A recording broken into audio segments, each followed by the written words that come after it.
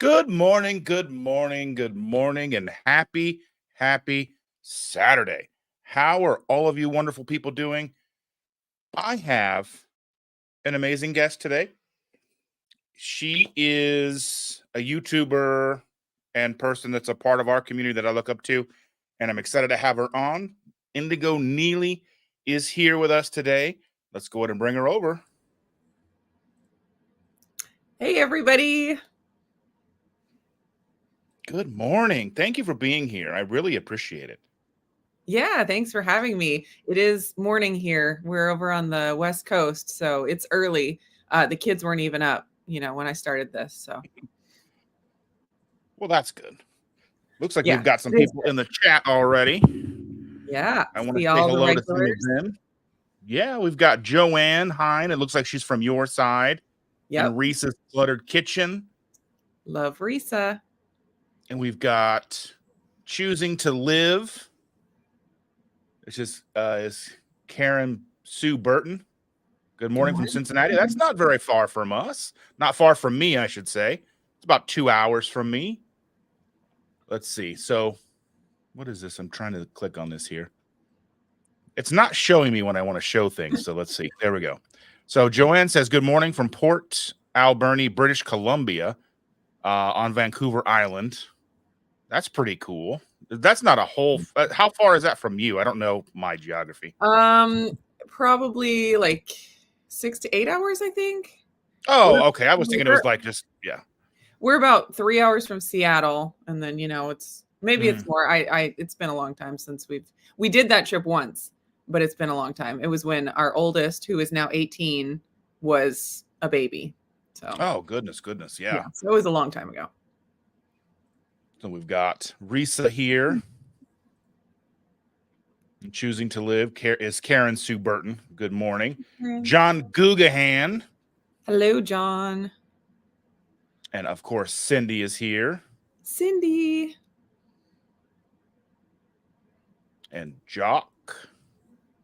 Lynette is here. Good Yay, morning. Good Lynette. morning. Good morning, Lynette. Electric Cabin is here. All these new faces to me. Well, Lynette's not a new face, but. Right.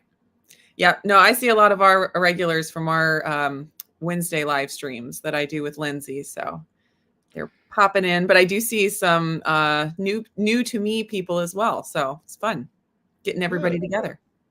So I just wanted to have a little chat with you today. We'll get to more people in the chat in a little bit. A good amount of these people already kind of know your story. But for those who don't, what would a high level look at your story be? Like, how did you get started? Yeah. Yeah. So it's kind of a long story. I always say it would be really nice if I just had I was sick and overweight and unhealthy. I found the one true perfect diet and lifestyle, and everything has been smooth sailing since then. But that's just not usually how life goes. And for me, that's not how it went. I did find the Atkins diet when I was 18, getting ready to get married. Or yeah, 18. I got married at right after I turned 20. So I started that, and I was coming from a completely unhealthy standard American diet. And that I felt like at that point, I felt like I did find the true and perfect only diet. And I was ready to go evangelize for it, because I dropped like 40 pounds in a few months. Had to get my wedding dress taken in a few times, which always feels great. and I thought that was going to be it. Like I figured it out. And then I started learning more. And sometimes, like, I look back now and I think, what would it have been like if I just stayed on that Atkins diet from there on out? And I feel like I might be in a very similar place to where I am now, because I've kind of come back through many, many years after, to a similar diet, not the same, but a very similar, low carb, meat based, not worrying about protein, like making sure I get enough protein, but counting the carbs. But, as things go, I started learning more. And as soon as you start listening to more voices in the health space, the sooner you get confused. So I is like, oh, you can't live without carbs. It's unhealthy not, to eat carbs. And so, oh, I need to figure out a way to incorporate carbs in my life. And, Atkins isn't healthy because you eat all that saturated fat. You got to find a way to be a little bit more plant-based, and so at many, many years past, having lots of kids, so, weight going up and down and trying different diets every time, trying to lose the baby weight. And eventually, after trying all kinds of different things, I found myself doing doing low carb again, but not being so influenced by the people originally in the keto space saying to limit protein. Because after the Atkins, I went through a few things. I tried keto when it became popular, but that was when they were really pushing low protein, like, 50 grams of protein per day max. And so I tried that and I just felt horrible. So I was like, well, keto's not for me. Keto doesn't work. And it wasn't until later on when carnivore started becoming popular, I heard Kelly Hogan talk about eating as much meat as she wanted and it changing her life. And I was like, maybe I could go low carb again if I was able to eat as much meat as I want, if I didn't have to worry about the protein. So that's the point where like protein changed my life, where I was like, okay, now I know whatever I end up doing with my diet from here on out, it's going to include a lot of protein and specifically a lot of animal protein. And so since then, I've just been playing with variations of that diet, seeing what else I can add, doing things to help my gut health, just, trying to find out, fine tuning what's going to be optimal for me long term, but with the foundation of lower carb, higher protein. That's funny that because one that you say that was like 50 grams max for protein. Because when I got into keto, which was like 2016, and I was listening to the Two Keto Dudes podcast and kind of branching off from there and doing like Low Carb Down Under and all of these places and finding all this information. One of the things that they were pushing is you need at least 100, but you still need to be moderate protein. You should still get 100 grams of protein, but it should be moderate because they still had not really come to the conclusion that gluconeogenesis, which is the reason why they push the moderate and low protein with keto, because they thought that the more protein that you ate, the higher your glucose would spike and such. Yes. Even though we found out that it's not quantity of protein driven, it's demand driven. Right. Yeah. And so, yeah. And I've done a lot of like soul searching with this because I do see value in the deep ketosis path for, like chronic disease, for, anything like that. And I do think there's some benefits similar to what you would get from fasting. But I had to, be honest with myself and be like, well, I'm not in that place. And so doing that kind of a restrictive diet to get those ketone numbers wasn't actually helping me get healthier, even though there are benefits that you can receive from them. The negatives were worse for me than, receiving the benefits that you do get. And I felt like the benefits I get from consuming more protein were so much more worth it than the ketones. I did a video not terribly long ago about ketones versus protein. And it's like, for me, I know, because I've done continuous ketone monitors, I do know that when I eat a lot of protein, my ketone numbers are lower.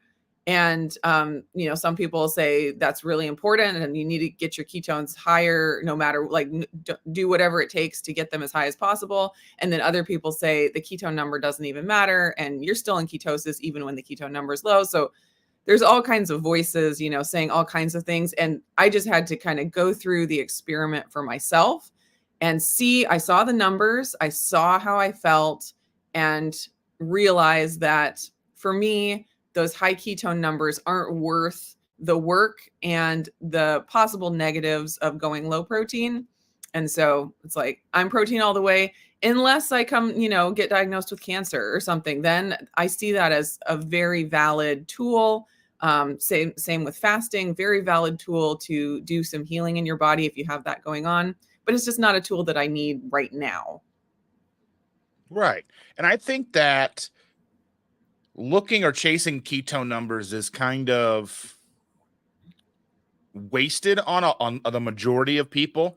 I think unless you are in a situation like, children with epilepsy and where you need those high levels of therapeutic ketones. There's a few people that I follow on Twitter that do talk about ketones and have to keep their ketone levels at a certain level because, they do have issues with epilepsy.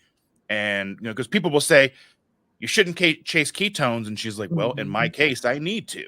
And I think Yes. that's something that we should look at is we're all the same species, but we're all a little bit different as far as what is going to work for us long term, even like sacrificing a little bit of health for what's going to keep you sustainable and things like that, right?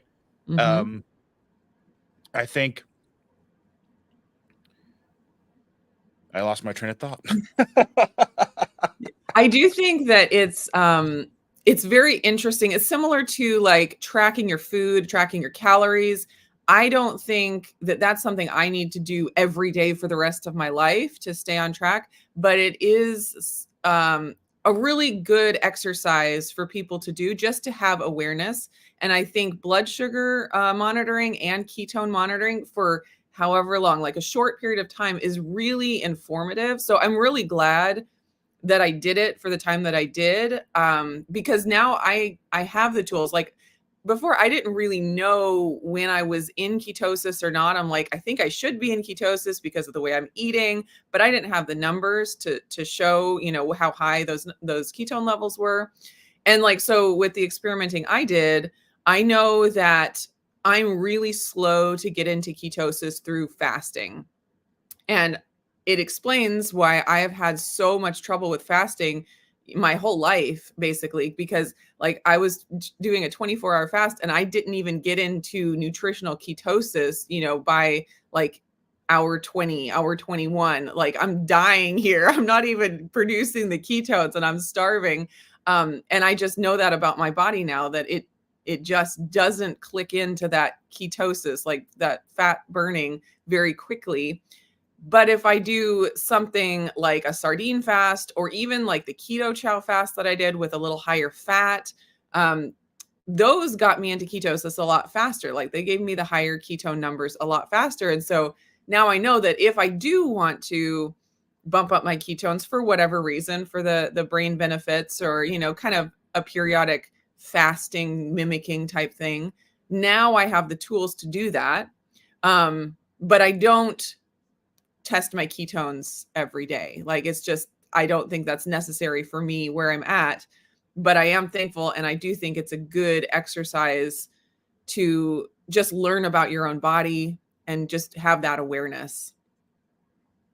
Yeah, I typically don't check my ketones unless I'm doing an extended fast. Like I am planning to do a 7-day fast coming up January 2nd. I don't think it's very smart to start at January 1st. Yeah. Because I'm out, you're out with friends and stuff on New Year's Eve. And I Yeah. don't go out very often. I don't hang out with friends very much. So these kind of occasions are like even more special than they used to be when we were younger. But so I'm going to start January 2nd. And then when that's over, I think I'm going to hop over and join World Carnivore Month. Yeah. Yeah. That'd be awesome. I've been thinking about trying to do some kind of a closer to carnivore thing for January, because I've done like a 3-month carnivore experiment, but it was before I dealt with like my iron issues and SIBO stuff. And it was also, I also included a lot of dairy. I also was still drinking coffee. And I've, since all of that stuff has changed, I'm really curious to know how I would feel on carnivore now versus how I felt then. So, and I've been thinking January might be the time to do a big experiment like that. Yeah, I think that's definitely something cool to do. And I was thinking the thing that I had my train of thought where I lost it. I was thinking, wouldn't it be weird if, so like when we look at, we want the most ketones in our blood, we want we want to have our ketones elevated. But think if we went the opposite way, because ketone is a fuel that our body can burn, right? Or Mhm. utilize to create energy. What if we were like, gotta have my blood sugar as high as I can get it? Yeah. And I think it's just kind of a weird take, like you kind of look at it. I know it's not an Yeah. apples to apples comparison, but definitely Right. something to think about. Yeah. Yeah. I think that's a good mindset to have. And because your body does burn it.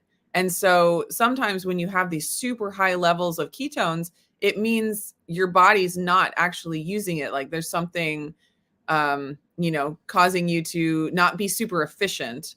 And that's why a lot of times your ketone numbers can go down the longer that you're keto, not because you're producing less ketones, but because you're more efficient at using them and clearing them out of your bloodstream. So it would be really interesting to have some kind of a ketone production monitor rather than like, what are the ketones just sitting in my blood right now? Because that would be, Right. I think, a little bit more accurate the longer you are in ketosis and doing the keto diet. Because as far as we know, there's no way to store ketones. They just kind of, once they're created, they just either get burned off or pass through, right? I think so, because yeah, they talk about them being wasted, in the Yeah. urine, and well, the byproducts are on the breath, but um, unless, yeah, unless they, because I know, fat triglycerides can turn into glucose and be stored, I think. Anyways, Yeah. but I don't know about ketones. I feel like you can't store them. That's why you get so many digestive issues if you just take a whole bunch, because your body's like, I can't use all this so fast and I have to get rid of it. So, I got a bag of ketones, calcium BHBs, just to play around with. mhm. Um, it was like $23 for like 333 servings, Oh and my like a gosh, that's teaspoon is a cheap. serving. Yeah, it's from Bulk Supplements. Oh, Not a sponsor or nothing like that, yeah, but I yeah. just happened to look on, because you like all like the Nat and all those other brands, they're like what, $3-4 a serving? They're so expensive and they Yeah. taste so bad. I've never actually tried any of those before. Oh, So okay. I was curious. I was like, well, let me see what I never tested my blood or anything, but I was like, I was putting in like for like a week, I was putting some in Chandra's coffee in the morning Uh-oh. just to see what she was like. She was like, what did you do to my coffee yesterday? Oh no. Well, I mean, it wasn't a bad thing, but she was, I Okay. was just curious because I put a little bit of like MCT oil on, like on the days that she works. Yeah. I put a little MCT oil in there, and every day I put in the iodine drops in our Mhm. coffee every day. And then I was like, well, let's see what these do. Yeah. And some days if she's like extra tired, I'll throw some of those in there because she Okay. works long hours. So I don't Yeah. necessarily think it does anything really, but I mean, it was $23. Yeah. And Yeah. I mean, I spent more than that on cookies. So Right.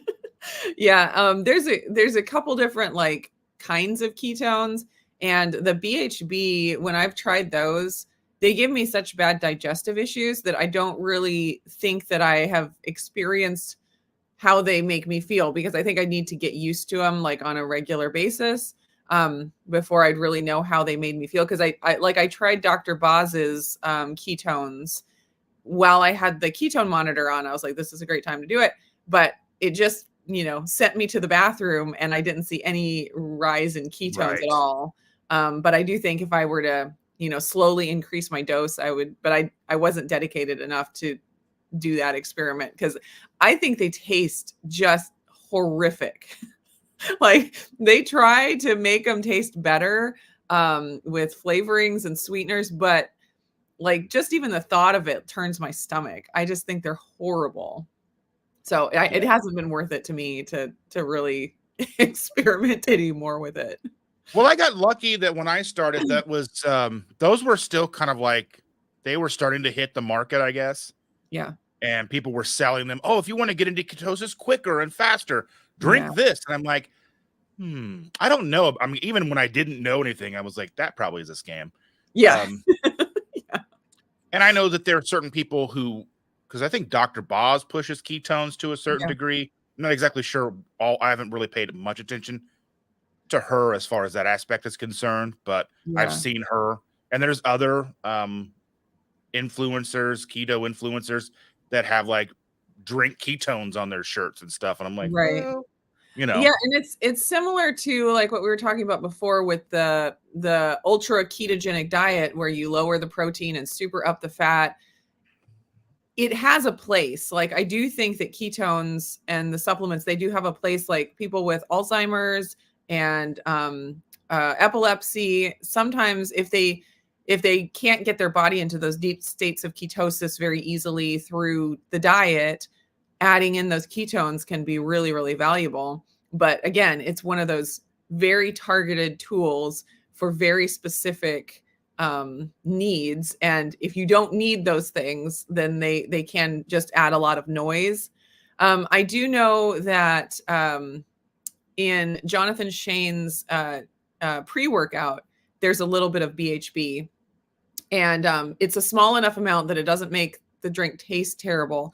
And that, along with the other things that are in there, like that is a really great pre-workout for me. And so I do use that, and I seem to get benefits, and it's not enough of the BHB to have those digestive issues for me. So that's one way that I consume ketones that I do think are, I mean, they add something to the mix, but it's not something that I rely on, on a day-to-day basis. right. Because I mean, obviously it is important for our bodies to manufacture them. That's always been my push when people talk about them is Yes. you want your body to be pushing those, not taking them in. Because like if you're just taking them in, then your body's not necessarily producing them. And Yeah. just having them in your bloodstream doesn't really mean much if your body's not acclimated to utilizing them as a fuel source too. So Right. Dr. yeah. Buzz does say that she has a saying that says ketones beget ketones. So one of the reasons that she pushes them is she says, if you take ketones, then your body is more primed to make more ketones.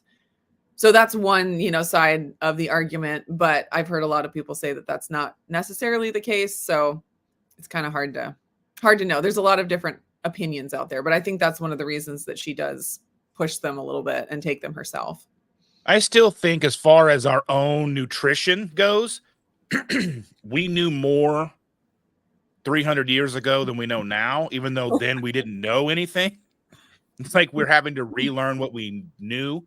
Yeah. And we're in our infancy because nowadays, like if you say one of the things that comes up when I post among friends or my own personal Facebook or whatever, well, there's no studies to support that. I'm like, okay, but you know what I mean? Like you can look Right. at anecdotal evidence, you can look at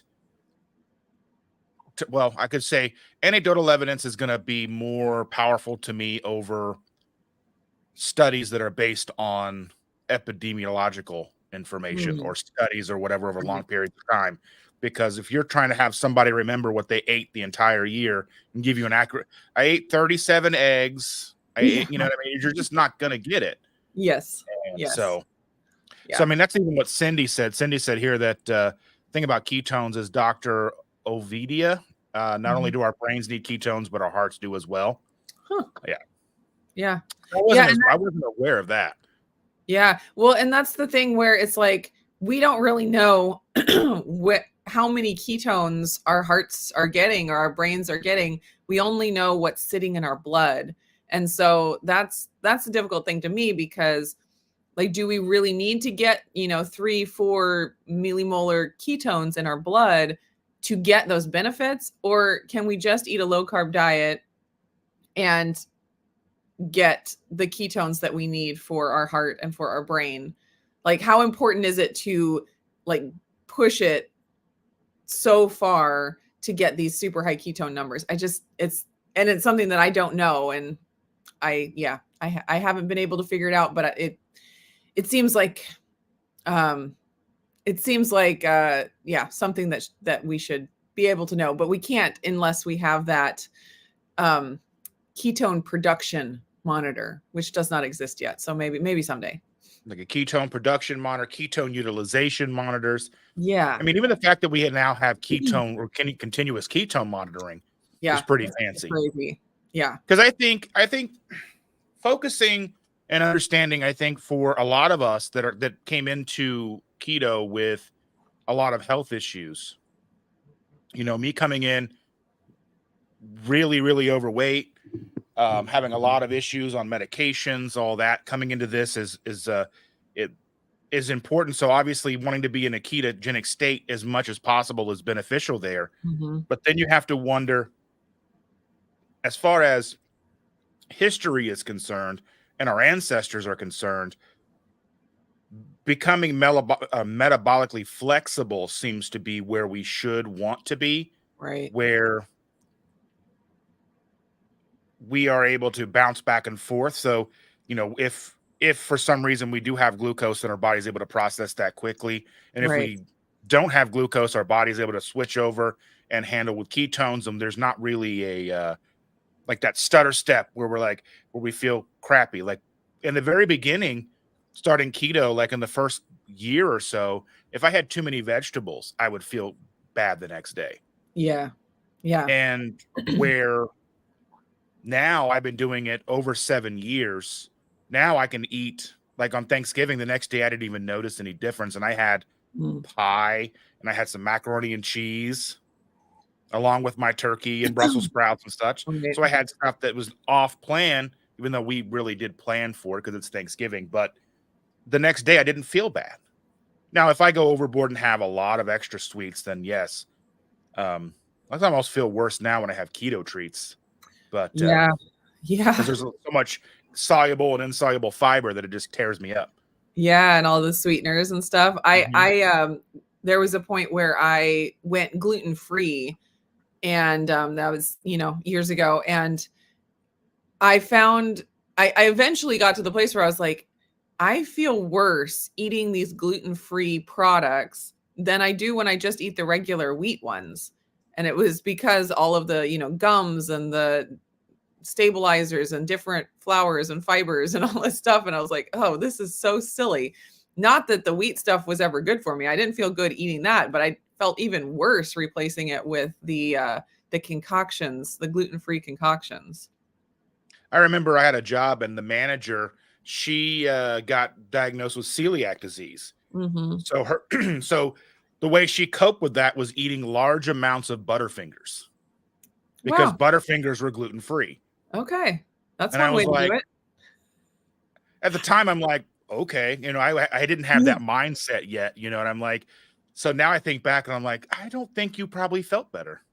Yeah, I I mean, can't I mean, imagine. maybe at first, but Yeah, I mean, because wheat can really mess up celiacs. Yeah, my mom and my sister both have celiac disease, and so I for a lot since a long time ago, I was like, it's not worth it to eat gluten because that it does run in the family, the celiac disease. So I'm like, so it's been, I mean, probably 15 years that I haven't regularly eaten wheat products.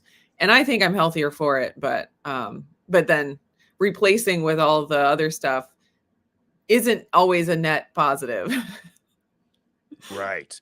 Yeah. And I think like even now as I grow and I've been doing this for so long and I talk to so many people and just the impact that things have on me where if I get a bag of Smart Sweets or I get some of the like the Catalina Crunch cookies or something because they're on sale and I'm like, "Oh, that sounds good. I'll have some milk or whatever, and have some milk and cookies tonight or whatever the Mhm. case is, right?" Then the next day I'm just not comfortable, if you understand Yeah. what I'm saying. Yeah. And it's like, I wonder if I would have felt that way had I had just had a couple of Oreos. Yeah. And I'm not giving license to go eat Oreos that's not what I'm saying, but I'm just curious to know, like, if I were eating something that was normal to my body back then, if that Right. would give me, just the differences. Like, Yeah. am I suffering because I'm trying to do the right thing? Right. I was gonna say, like, being honest with ourselves and saying, why are we making this decision? Why am I making the decision not to eat the Oreos? It's because I know that I will feel better if I don't eat them. So if I'm replacing the Oreos with something that makes me feel bad, I'm canceling out why I'm even doing this. And Right. it's like, but there's this like health halo around these keto products because they're keto or they're no sugar added or they're low net carbs. And it's like, let's be honest with ourselves, because if you can't eat those things and you're getting all the results you want and you feel good eating them, then by all means do that. But if you're eating those things and they're making you feel sick, it's like, well, you're nullifying why you're even making these decisions in the first place. So just that, being honest with yourself is very important. I found a question that I want to bring up here. Again, if you want to ask us any questions, just put the capital QQQ. It makes it easier for us to see as these comments are going by. So we've got Hope is asking, what do you consider high protein? She aims for 1 gram to 1 pound ideal body weight. Yeah, that's a great question. And I say high protein, but I feel like it's adequate protein, but you have to say high protein because everyone's so used to eating what I consider low protein. So my diet ends up being around 140 to up to 200 grams of protein per day. And there was a time where I was like, that's too much. Like 200 grams of protein is too much. And I would try to keep it on the lower end of that. And I just felt like I was still hungry. Like I felt like my body was asking for it. And I finally was like, I'm just going to eat as much of it as I need in order to be satisfied. And some days it does get up to that 200-gram mark. So that's what I consider high. But like you say, high, low, moderate, it can mean different things to different people. But I think 1 gram per pound of ideal body weight is a great place to start. I definitely think over 100 grams for most people is a great thing to shoot for.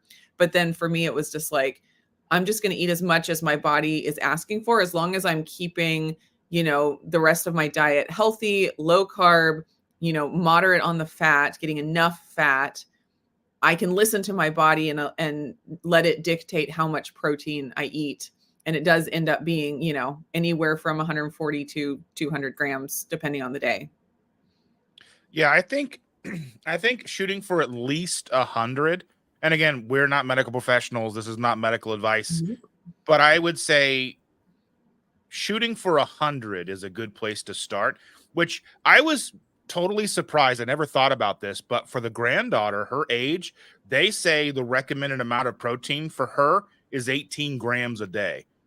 Oh my And that God. sounds ridiculous. I mean, she's Does. a ball of fire. She's all like, she doesn't, at that age, they don't want to wear clothes. They're always on fire. They're always hot and running around. Yes. She doesn't like Yes. it's cold here. And we're trying to put long sleeves on her and she's fighting us tooth and nail. Yes. Don't want to wear it. It's too hot. Yes. And they're like 18 grams. And I'm like, that's what, 2 eggs a day?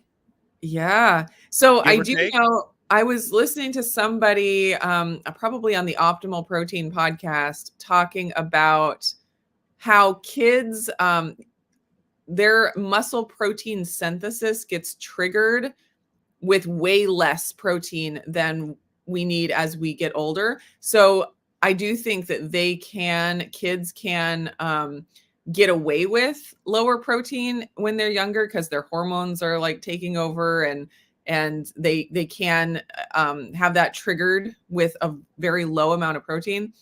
But still, yes. I wouldn't. It's like, I'm thankful for that because I know there's a lot of kids that just don't get protein. I mean, they just eat cereal and buttered noodles all day, and snacks, and it's horrible. And somehow their little bodies are able to manage, at that age. But I think, how much better would it be if they're getting like adequate protein at that age? And they have all those advantages of being young and their body's doing it. Like, I just think, let's set them up for success as much as possible. Both like, physiologically, but then also mentally. Mentally, 100%. I Yeah. mean, you get used to those sugar bombs 10 times a day, and it is hard to physically break free from that and to mentally break free from that, like the emotion attached to it, it just sets you up for a lifelong struggle with food, which I wouldn't wish on my worst enemy. Like it's painful. Yeah, struggling with food is very difficult. So we have her 5 days a week. So she comes Mm. over in the morning around 6:15, and so she eats most of her meals during the week here. Yeah. And we struggle with her. We're completely backwards from the average grandparents, right? So Yeah. we're not giving her cakes and cookies. And we'll take her to McDonald's once a week. Well, this week twice, you know. There are those But weeks. yes, and she only wants to eat bread. She only wants to eat, chips, but we don't give her that. Like, so on a normal breakfast for her, I make her 2 eggs scrambled. She Hmm. gets cottage cheese, which she calls mac and cheese. Nice. So I try to find either the 4% or the whole percent, depending Hmm. on what store I go to. So I just got her some of the good brand or whatever it's called, the whole milk. Hmm. But she likes the is it the Daisy, or I Hmm. can't remember what it's called. Yeah. But anyway, I get that stuff for her, and then I do give her stuff like hash browns, um, tater tots, and such like that, because getting her to eat anything Mm.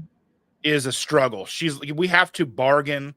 We have to make deals. We Oh, have to that's set funny. reminder alarms. That's like, okay, you can go play for 5 minutes and you got to come and eat 4 bites and then you can go play. You know what I mean? Like, it's Yeah. an all day thing with her because she would rather do anything than eat unless she's hungry or you give her French fries.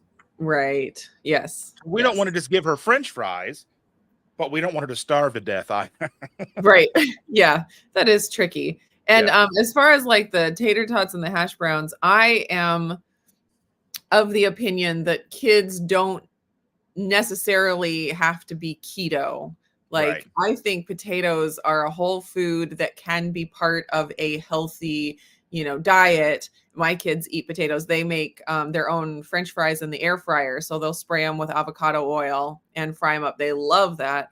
And I think that's, their metabolisms can handle it as long as they're getting enough protein, which is what I always ask them. Like, if they, say, can I have whatever? I say, what's your meat protein that you're having with your meal? And they have to tell me that before they, add on all the other things. But yeah, there are some people that are just like, keto is the natural human way to eat, and any carbohydrates are poison. I understand, the thinking behind that, but I'm not quite there.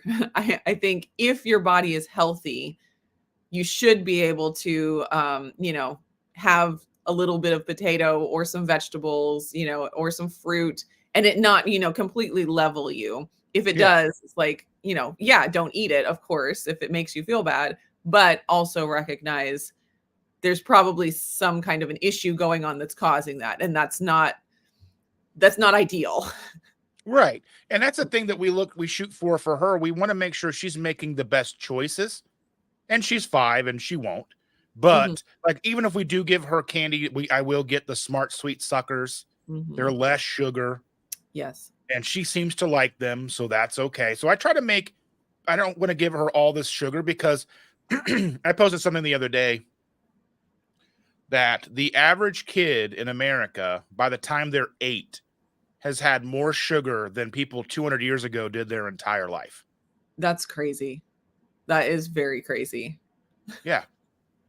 And I think, and you think about sugar, and then I post things like, where does sugar come from? What is it? All these names for sugar. And then there's, rice turns to sugar, bread turns to sugar. Then I don't necessarily think that thing where you're 8 years old is talking necessarily about that. But how Mhm, often do parents going through the drive through at Starbucks getting, basically a breakfast milkshake mhm, every day? And I mhm. mean, we go to Starbucks sometimes. It's Yeah, what it is. But, yeah. then every day that kid gets a cake pop because whenever we go to Starbucks, she's like, I need a pink cake pop. Right. Okay. You know, Yeah, but that's every day. Then they're having cereal every day and they're having yeah. orange juice every day and they're having milk because I think she has milk. And there's Yeah. sugar in milk, but it's not the biggest issue when you're Yeah. that age. Yeah. And just controlling it to where it's not, because I think because she starts preschool in January, and then I know she's going to have a different outlook and different wants and needs from the other classmates, Yeah. because they're going to be like, oh, we've got cookies and cupcakes, and I'm at, depending, I don't know. It's been a long time since I've been around school, so I don't know if they do Yeah. that stuff anymore, but I think they do, or at least a lot of them. It's just everywhere children are, there is sugary treats, and that's something. So we homeschool, and so we avoid the classroom setting, but every single place we go, they're being offered a treat. We go to we had to go the other day to pick up something from this tool warehouse for my husband because he's a contractor, and we're standing in line and we get offered, when we get up to the counter, candy. It's just like no matter where you go, it's just constant. So for me, it's a struggle. Like I've been in my years of parenting, I've gone back and forth. Like, do I just be that mean mom that just says no and, is just always saying no to these treats that are all around us that everyone is having? Or do I allow that? Like, what do I do? And what I've come to is prioritizing the protein at home and, with meals. So making sure that they have that solid foundation, because that has been transformative for myself. Like I saw the benefit that just making sure I had that baseline of protein did for my health. It's like that I want to do for my kids. And so I'm like, we focus on protein at home. We try not to bring the sugary stuff into the house, although sometimes it does get in the house, but I try to limit it. And then when we're out, I do allow them to partake in whatever it is that they, are offered if they want it. But I think the foundation, and considering that they are metabolically healthy and they don't have, these childhood obesity or childhood diabetes or anything like that going on, I'm like, I feel okay with that because we have that foundation at home. I still have my moments of being like, am I making the right decision? Do I just need to completely shelter my children from the food environment of, where we live? But it's like this, you have to consider the emotional and the social side of it as well. And, always keeping your kids from entering into these community social events, like that can be damaging. It's like, you have to choose like which way you want to damage your child. And right, because you don't want them to be unsocialized. You want them to have friends and you want them to be able to make connections and build relationships. And well, I mean, I was the weird kid. I'm still the weird kid, and I'm okay with that. And she can be weird, not a bad way. But like the other day, we were out. I had to put air in one of the tires.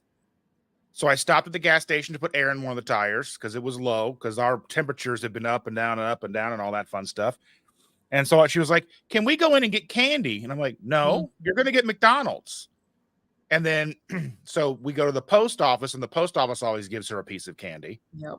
So then I was like, well, you're going to get a piece of candy at the post office, so we're not going to go inside and get you some candy.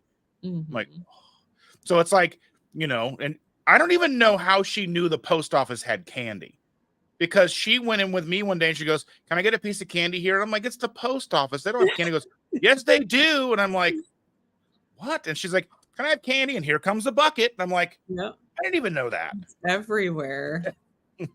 So yeah. And then, so we went to McDonald's, and, she won't eat the apple slices because they do something to the apple slices and they taste weird to her. So she won't eat the apple slices. So we get double fries, which really isn't a big deal, I guess. But I didn't know they put apple slices into the Happy Meal now. You get fries and apple slices. Wow. Well, that should solve the obesity problem. Why is it still going on?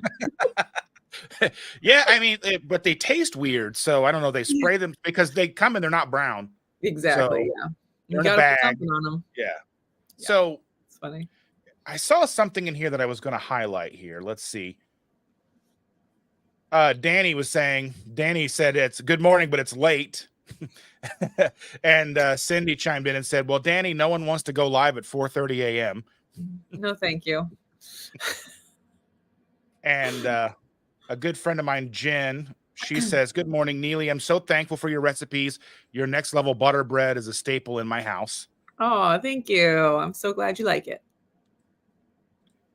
And Rosa says she doesn't know if she's been in ketosis or ever has been. But do you feel good? Like, Yeah. do you feel good? And there's a cheap thing you can do too. You can go to like Walmart and get a little thing of in the diabetes section. You can get some of the urine strips. Now, now one issue that I have with the urine strips that a lot of people don't know is once you're fully in ketosis, they stop working. Yeah. Because they pick up on, excuse me, they pick up on acetoacetate, which is a byproduct of burning fat if you're not fully in ketosis. So if you're starting to go low carb keto and you're starting to get yourself in the right direction, then your body will start to produce the acetoacetate.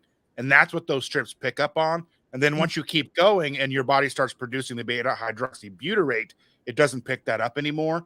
So then people think, well, I'm not in ketosis. Oh, then they get upset. No, that's just, you have to find a different way to check your ketones now. That's where blood meters. I've never tried a breath meter before, so I don't know how accurate those are, but I do have what are they called? Bio Coach now, but mine's branded Keto Coach. Yeah. Yeah.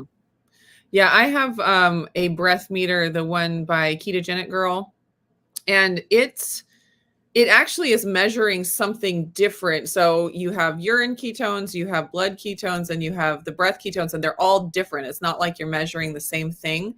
And the breath ketones, you're actually testing a byproduct of fat burning. So it's not the same as like just seeing how much ketones are sitting in your blood. It's like, it's more a measure of how much fat you actually have burned, if that makes sense. So some people say that it's, one of the most accurate if you actually are wanting to look at fat burning, to look at the breath ketones.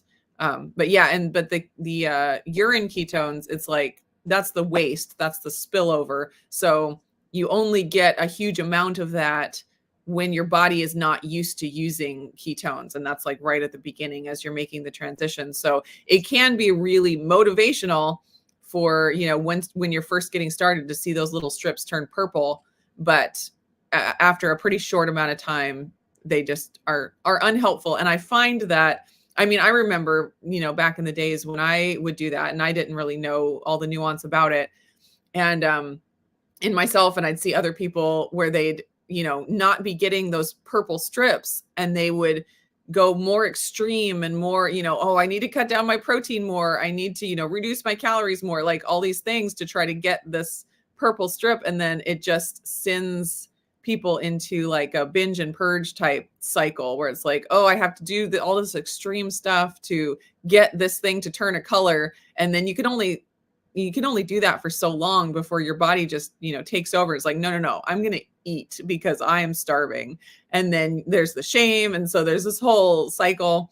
So if you do use, any kind of, numbers like that, try to like remove the emotion from it and use it for what it is, but not let it suck you into that shame or, binge and purge type thing. Like it's such a tricky thing when you're dealing with food and like the mental side of it, plus the physical side of it. It can be very tricky.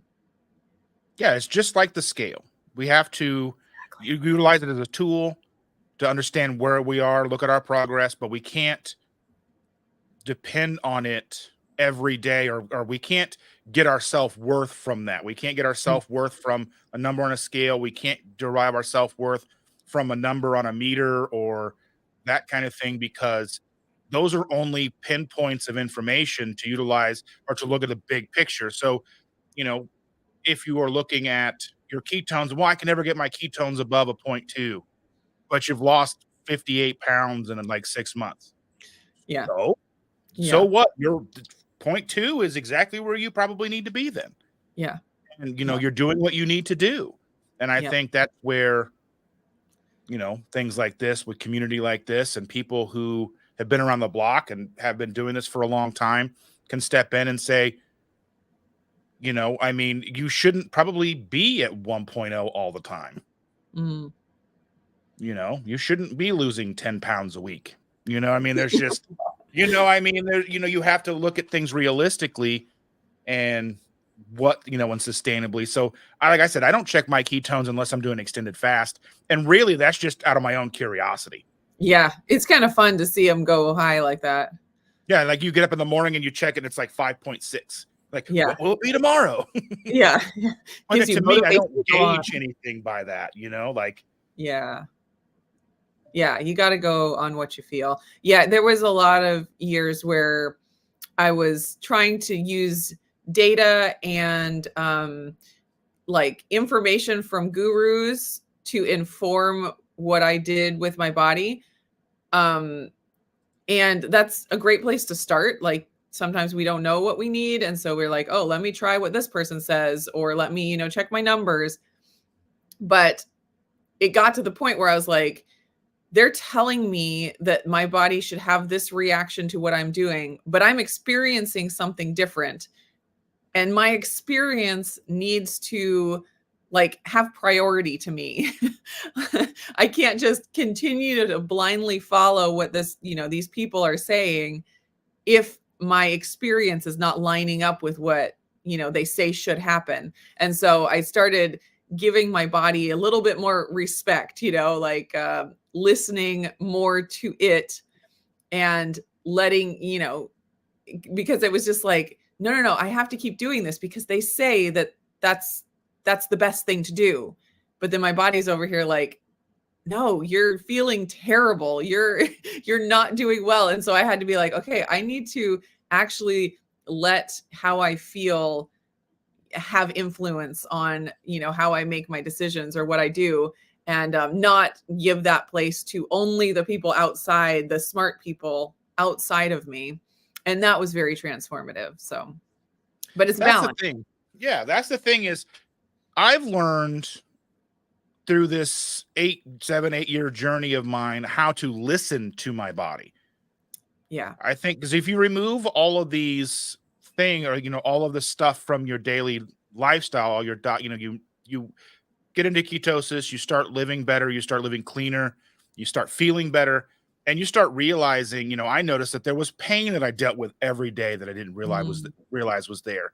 There was a brain fog that you knew was there, but you just thought, well, that's just how being an adult is, because I didn't get enough sleep every day for years, and so utilizing this lifestyle just to open up and understand your body so you can know, okay, I did this, now I feel like this, so I'm not going to do that anymore. And then some of us like me are dumb and we'll do it anyway. Like, oh, I ate these candies and now the next day I'm not feeling great. Yeah. But I'm probably going to do it again in 2 weeks or whatever. You know what I mean? Like, yeah. You can get the data, but it doesn't mean you have to listen to it, I guess. But yeah, that's true. There's a part of like being honest with yourself and actually doing what you know. Like we all know what to do to be healthy to a certain degree. We've been around, we've listened, how many podcasts have we listened to of smart people telling us things? It's like, we know what to do and we know how we feel. Like you said, we know how we feel when we do things we know we shouldn't do, but we still do it. It's like, well, there's people that put out podcasts or like they're a guest on podcasts like Thomas DeLauer. And then there's another, he just did a podcast with somebody else. I can't think of what her name is right off the top of my head, just a couple of days ago. And she's been on like Joe Rogan and stuff, but she gets so into the weeds where she's like, I'm going to start adding, broccoli sprouts to my diet because of this particular Rhonda Patrick. Whatever. Rhonda Patrick. Yeah. They think they get so into the weeds and so into the minutia that I'm like, well, that's cool for you. Yeah. Yeah. Ooh, that's a lot. Or, like I need to add this, these chemicals to my diet because this or, and I'm like, that's cool. Or like when you see, somebody walking through Costco going, don't buy the $5 rotisserie chicken because it's got some sugar or whatever on the spices or Yeah. whatever on the skin. Buy these 2 free range chickens that they have frozen for 5 times the price of that already cooked Yeah. chicken. Yeah. I'm like, I see where you're coming from and I understand. And it's probably would be the better option long term. But $5 for an already cooked chicken is what I came here for. Yeah. Like, Yeah. Yeah. Well, and we all make concessions for convenience or for things that are important to us. I like to use the analogy of like living in a city. We could go and list a whole bunch of unhealthy things about living in a big city. Probably one of the things on the top of the list would be like pollution, like driving and you just the air that you breathe. But people don't just say, "Oh, it's unhealthy. I'm moving out of the city. Like I'm going to the jungle. Like I'm going to give up my car." Like there's so many things we do that have negative consequences, but we choose to do them because it's convenient and it gives us the kind of life that we want. So with diet, there's a lot of people that are just like, well, if I find out that there's anything unhealthy about anything, then I'm done with it. And you're like, okay, that's one way to live, but you're going to end up not being able to eat anything. And you're going to, like we were talking about socially, you're going to maybe struggle if you don't find a community of people that have those same convictions as you. And so instead of like, because I definitely got into this place where it's like, every time I would find out about something else that was unhealthy, it was like, well, I can't have that. I need to cut it out. I need to keep narrowing and narrowing and narrowing my diet and lifestyle until I get to perfection. And I had to just be honest with myself at some point and be like, perfection doesn't exist. Like it doesn't exist. And my body is not perfect. So even if I did find a perfect diet, it wouldn't work for me because I'm not perfect. And so it's like you have to so instead of, thinking, is this good or is this bad? You think the positives and negatives, because there is a positive to letting your granddaughter have the piece of candy at the post office. Some people would say, no, that's only negative. It's sugar, it's poison. But there is a positive relational aspect to, letting her have that candy. Like it brings her joy. It brings joy to the person that offered it, being able to give and have her gift not be rejected. It's like, let's be honest about the positive things about this. Let's also be honest about the negative things about it. And with that information, we can make informed choices for what's going to work for our own life and to build the life and the health that we want. And so the sicker you are, like the more your body is broken, the more it's going to be important to pick only the nutrition positives. And you do have to, say no to the social positives of eating, partaking in whatever. And that's sad. Like that's because of a brokenness in the body.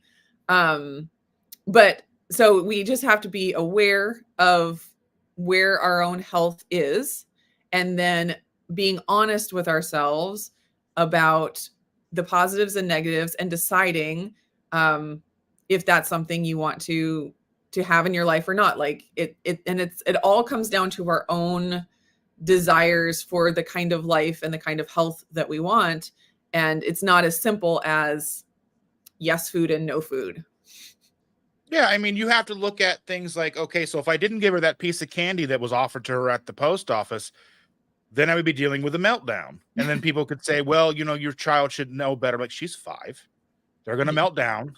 Yeah. She's going to get upset.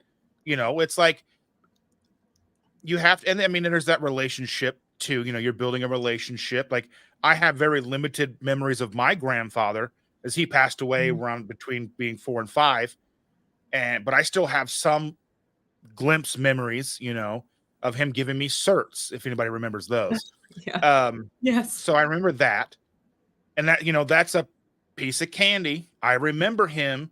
I mean, Mhm. more than just that, but that's just one little piece that's etched in my brain. Yeah. But, and, and yeah, I think I saw something in the chats about McDonald's and trans fats and such. But I mean, McDonald's, we can all agree McDonald's is not the healthiest choice for anything. And that's not why we go That's to their meat McDonald's. patties. Well, I mean, their meat patties are fine, but she Yeah. usually just puts that back in the box and eats the bread. So you Oh, can't win every battle. no, no. And, you are not her primary caretaker. Like, you have a lot of influence, but it's hard. So part of me wants to be like, just keep my kids sheltered so that they don't have all these other influences out there. But the reality is that that's just not how we live, and they do have those other influences. And so you can't just make all of those influences the bad guy and, try to keep them from partaking with all that stuff, or, cutting off those social connections. It's just, so you have to balance. And that's the positives and the negatives, both nutritionally and socially and emotionally and all of that. And, and it, like I said, it is a balance. And so this time of year, there have been many times where the kids will want, something while we're out or at a party, and I'll say no. Like, there are times where I'm like, no, you already had a treat today. So we're going to say no to that. Or, we bring home a plate of cookies or whatever, and it'd be like, okay, everyone gets one and we're going to throw the rest away. It's like, so it's not like you have to let them eat everything they're offered all the time in order to have them be, well adjusted. There are definitely times, it's balance. There are times where you say yes, and there are times where you say no. And if you always said no every time, that wouldn't be balance. And like I said before, we in our family have the freedom to say yes sometimes, because we're not at the place of dealing with, all of those diseases. And there are people that are at that place, and they do need to make those a little bit different choices, and that is okay. So when we first went keto, we still had 2 kids living at home. They were teenagers. And we went through the entire house. We got rid of everything. We got rid of the margarine. We got, this is 2016. We Yeah. got rid of all the flour, the sugar. We got rid of just about everything. Most of the canned goods, we donated what we could donate, which still felt kind of sketch, you know what I mean? But Yeah. we threw away a lot of stuff. And you kind of find stuff in your pantry. You're like, I didn't even know we had that. And it's like 5 years old. Yeah. And so we got rid of everything. And the kids, the boys, they went keto with us. We didn't ask them; they just did. Yeah. Now the caveat to that was we would still bring like microwave popcorn in the house for them, so at least they had some sort Mhm. of snack. We Mhm. would bring carrots in the house because they liked carrots. They were Mhm. in sports, so anytime they were out with doing sporting events, or if they were doing practices or whatever, whoever brought whatever to practice, they could, if they wanted it, they could have it. If they went Mhm. out with their father and took them to dinner, they could eat wherever they wanted. Mhm. They had full autonomy outside of the home. Now, obviously, it's going to be a little different if you're dealing with small children where they don't have that autonomy. But Right. with them, they were 13, 14 years old, whatever, Yeah. and they were middle school, high school, and they got benefit from that. They weren't happy at first, but they grew to tolerate it. They didn't have a lot of choice, but Yeah. you know, and I know that some people would be like, "Well, that's just mean," and I'm like, is it though? I mean, Yeah. we just weren't buying it because if it was, I know that if for Chandra and I, if we would have brought stuff in the house that they wanted, macaroni and cheese, frozen pizzas, then that would have been that much harder for us to stay Yeah. on track Yeah. too, because you know, food addiction in that manner is difficult. That's like, if somebody's, trying to quit alcohol, but two people in the house still drink every night. Yes. You know what I mean? That's just, you're just not going to be successful. So we had to do what we needed to do to be successful. And we didn't think we were being unhealthy to the children. Obviously we were starving them, or making them, like where you see parents who have done lots of damage by making their small children be vegan or whatever. Right. Yes. So there were a couple more questions in here. Okay. That Katie Cook was asking, can you freeze egg whites? Yes. I know that eggs can freeze. They do change texture a little bit when you defrost them. So depending on what you're using them for, it might affect that. I have not frozen egg whites, defrosted them, and then whipped them up for egg white bread. I expect it would still work, but I can't say 100% for sure. That would be an interesting thing to experiment with. Sounds like a cool video. But I expect so.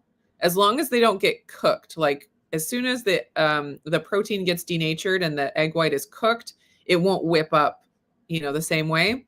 But just freezing and then defrosting, I expect it would work.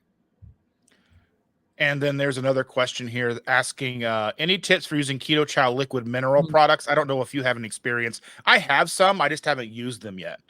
Yeah, I have tasted them, and yes, they are terrible. They are quite terrible. They've people have been asking Chris and Miriam for a pill to take instead for a long time, and I think there's just some difficulties with making that happen. But I don't take that one on a regular basis. I take some different minerals individually, but one tip that I've heard from Miriam that works for the different mineral drops is if you have your cup of water and you have a straw, drip them into the straw, the drops of the minerals into the straw, and then you take a big drink and the minerals will go down first and it'll be followed with the water. So it's a really quick time that the minerals are in your mouth, and it makes it a lot easier to take. That's my best tip for that. I think they don't taste as weird in milk. So if there's any kind of a milky product that you consume, you might try it in there. But I think it's more like try to take it as fast as you can. And Lynette was talking about, like, basically if she doesn't get enough protein, her hair starts to fall out. Mm-hmm. I think that's a big concern with people that start with keto. Their hair starts to thin a little bit. Yeah. And then I think that's where you can start adding in like things like bone broth. Yeah. Or because you're going to get a good amount of collagen in that, or adding flavored collagens and such. Yeah, or gelatin, like making gummies and jellos and stuff. That's a great way to get it in too, a fun way.